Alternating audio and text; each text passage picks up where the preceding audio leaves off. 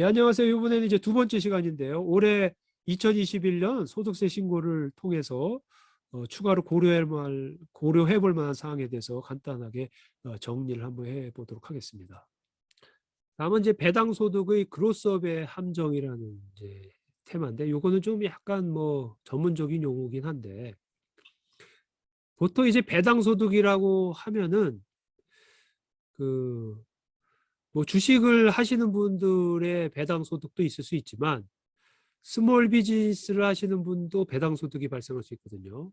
그러니까 아까도 이제 얘기했지만, 이제 비즈니스 하시는 분들은 그 본인이 오너분이 자금을 인출할 수 있는 방법이 급여하고 배당 두 가지지 않습니까? 근데 이 중에 이제 배당을 선택하시는 이유는 보통 이제 그 CPP를 안 내기 때문에, CPP도 보통 한 11% 되거든요. 그러면은 본인 소득의 11%를 또 이렇게 납부하기가 부담되니까 보통 이제 배당으로도 많이 가져가세요. 그러면은 스몰 비즈니스 하시는 분들도 이 배당 소득을 발생할 수가 있는데,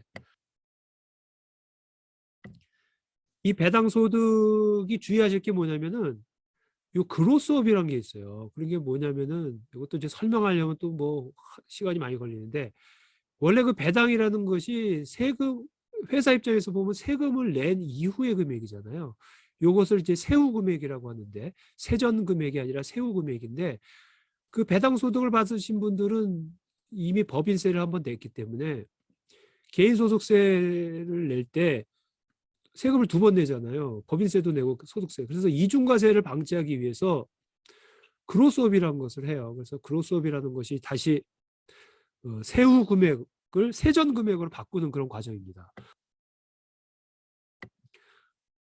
근데 이렇게 바꾸고 세금 계산을 한 다음에 나중에 배당세 공제라는 것을 나중에 또 다 빼줘요. 왜냐하면 법인세를 냈으니까. 이제 그런 방법인데, 이게 뭐가 문제냐면, 그로스업을 하게 되면은 그 총소득 금액이 바뀌어요. 그러면 결국 총소득 금액이 바뀌면 순소득 금액, 넷인컴도 바뀐다는 얘기거든요.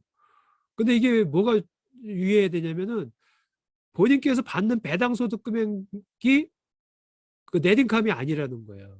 왜냐면 거기다 그로스업 되는 금액까지 합쳐서 생각을 하셔야 나중에 RRSP를 통해서 그 순소득 금액을 어떻게 관리하느냐에 따라, 제가 여러 동영상에 말씀드렸잖아요. 세금도 절세하고 또 베니핏도 추가로 더 받을 수 있으려면 RRSP를 잘 조정하고, 그로 인해서 순소득 금액을 잘 관리하라. 이거는 뭐 제가 많은 동영상을 통해서 계속 주장해 오던 것인데, 근데 막상 배당 소득 같은 경우에는 그로스업이 있어서 이러한 RRS 계획을 세울 때 항상 유의하셔야 돼요.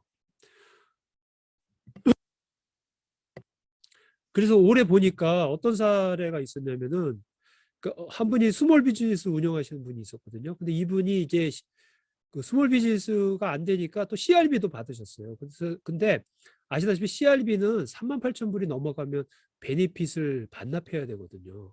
그래서 본인이 CRB를 받은 사실이 있으니까 자기가 이 38,000불 안 넘어가려고 배당을 35,000불로 정해가지고 신고를 했거든요.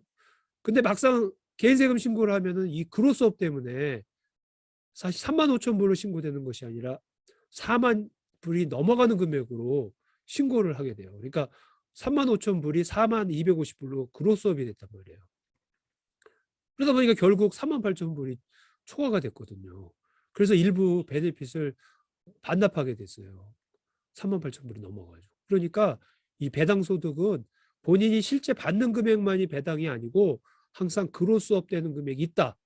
그것을 염두에 두고 텍스 플랜을 하셔야 된다. 그거를 말씀드리는 겁니다.